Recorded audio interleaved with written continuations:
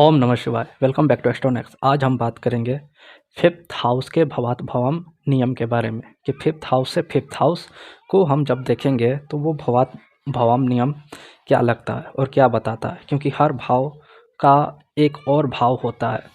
तो वैसे ही फिफ्थ से फिफ्थ भाव को आज हम देखेंगे।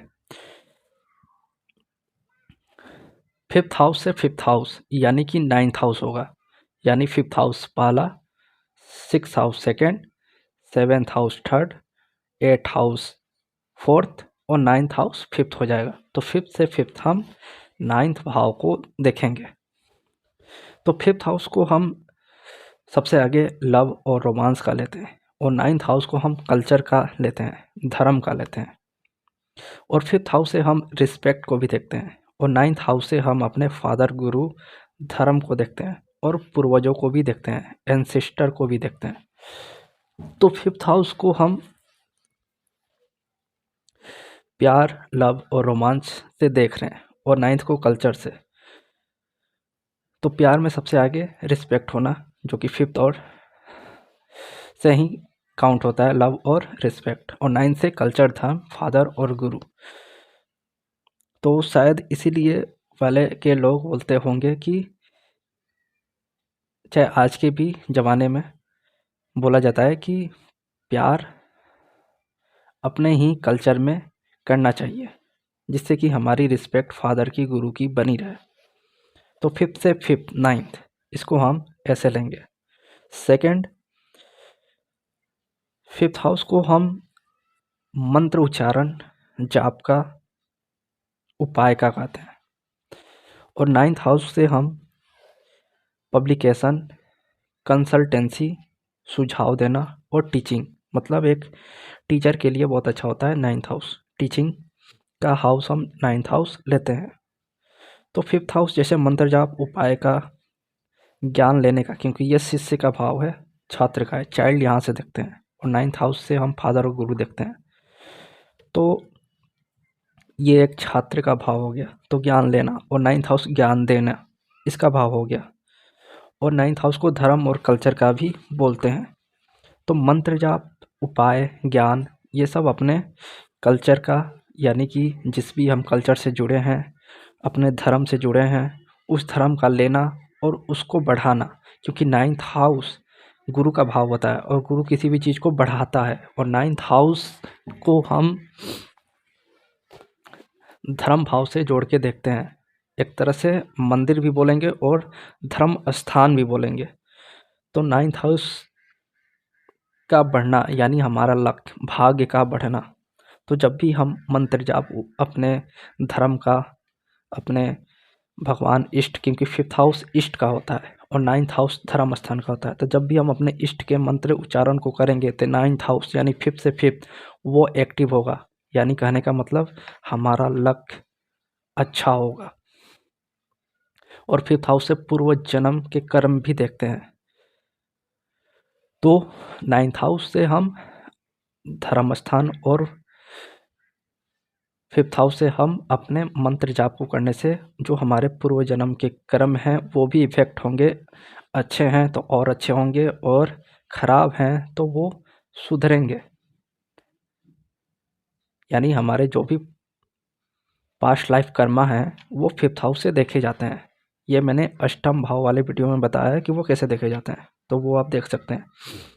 तो फिफ्थ हाउस मंत्र जाप, उच्चारण, उपाय, पढ़ाई का होता है। और नाइन्थ हाउस को सलाह का, धर्म के लिए और धर्म स्थान का, और भाग्य को अच्छा करने का नाइन्थ हाउस कहते हैं। तो मंत्र द्वारा हम अपने भाग्य को अच्छा करते हैं। यानी फिफ्थ हाउस इष्ट का होता है, इष्ट की आराधना करने से नाइन्थ हाउस हमारा भाग्य, लक अच्छा होता है। यानी मंत्र उच्चारण से हमारा लक सही होगा। इसलिए पहले के लोग बोलते थे कि पूजा करें, और पूजा में मंत्र करें, और मंत्र करते समय शांत रहें, क्योंकि शांत रहने से हम भगवान में ध्यान लगा पाएंगे। फिफ्थ हाउस को भी ध्यान में लिया जाता है, क्योंकि ये मंत्र जाप का होता है। तो ये ध्यान का भाव हो गया, रेमेडी का भाव हो गया। और नाइन्थ हाउस उसको देना, यानी एक तरह से ये टीचिंग का है, उपायों को देना, पब्लिश करना, किसी को बताना। फिफ्थ हाउस से हम छात्र देखते हैं, क्योंकि यहाँ से फिफ्थ हाउस से हम चाइल्ड देखते हैं। फिफ्थ हाउस चाइल्ड का हो गया, नाइन्थ हाउस फादर का हो गया, तो फिफ्थ से फिफ्थ 9। तो वैसे ही फिफ्थ हाउस से हम शिष्य को लेंगे और नाइन्थ हाउस से गुरु को लेंगे, यानी छात्र और गुरु का एक रिलेशन यहाँ पे बनता है। फिफ्थ हो गया छात्र शिष्य, पढ़ाई, ज्ञान, और नाइन्थ हो गया हमारा गुरु, रिलेशनशिप, और हमारे पूर्वज भी यहाँ से लिए जाते हैं फादर के साथ साथ, एंसेस्टर जो भी हैं।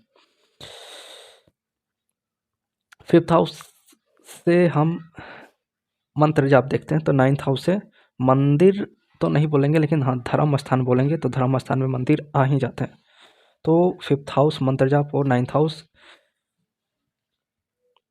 धर्म स्थान का लिया जाता है। तो हर भाव से हम ऐसे ही फिफ्थ से फिफ्थ काउंट कर सकते हैं। तो फिफ्थ हाउस से हम लॉटरी, सट्टा, जुआ, शेयर मार्केट को भी देखते हैं, और नाइन्थ हाउस से हम भाग्य को देखते हैं।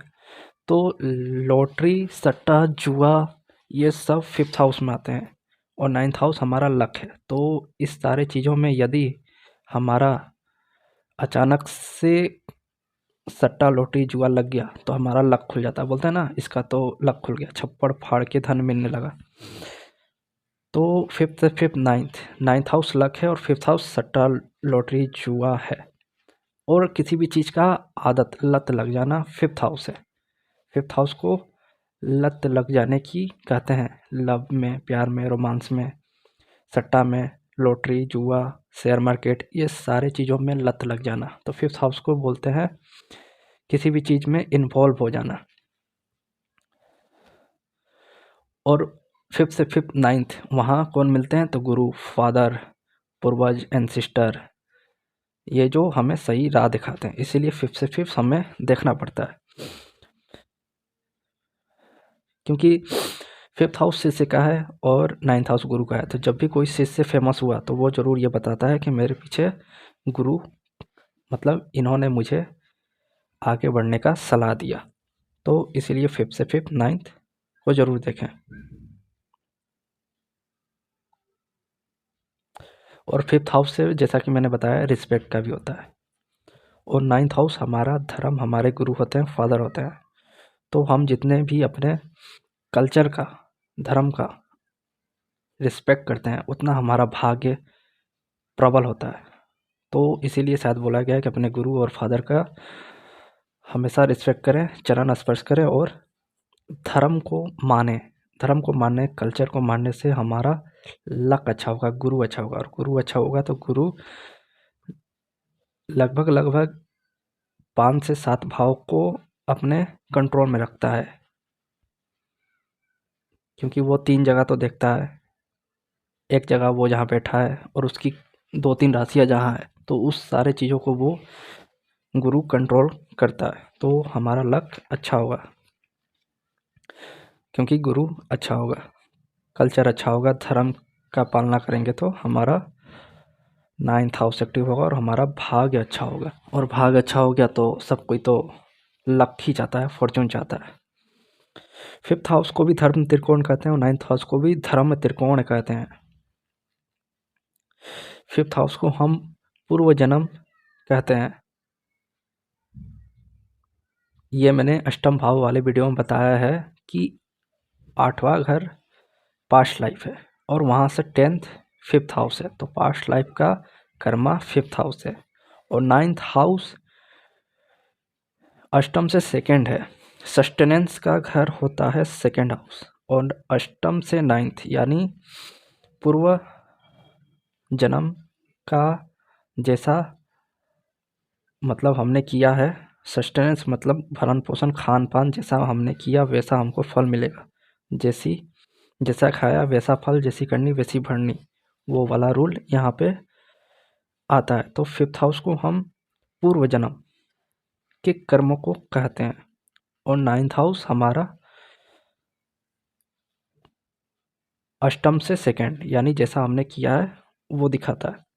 तो इसीलिए जैसे हम कर्म करेंगे वैसा हमें फल मिलेगा, इसलिए श्री कृष्ण जी ने बोला है कि कर्म प्रधान बनो, और कर्म भाग्य से ज़्यादा प्रबल है, क्योंकि ये आपके पास्ट लाइफ का कर्मा है जो आपको लक दे रहा है। यानी पिछले जन्म में कुछ ना कुछ आप अच्छे किए हैं जो इस जन्म में आपको बहुत हाई और बहुत ऊंचाई पे ले जा रहा है। तो इसीलिए श्री कृष्ण जी ने भाग्य और कर्म में कर्म को प्रधान बताया है।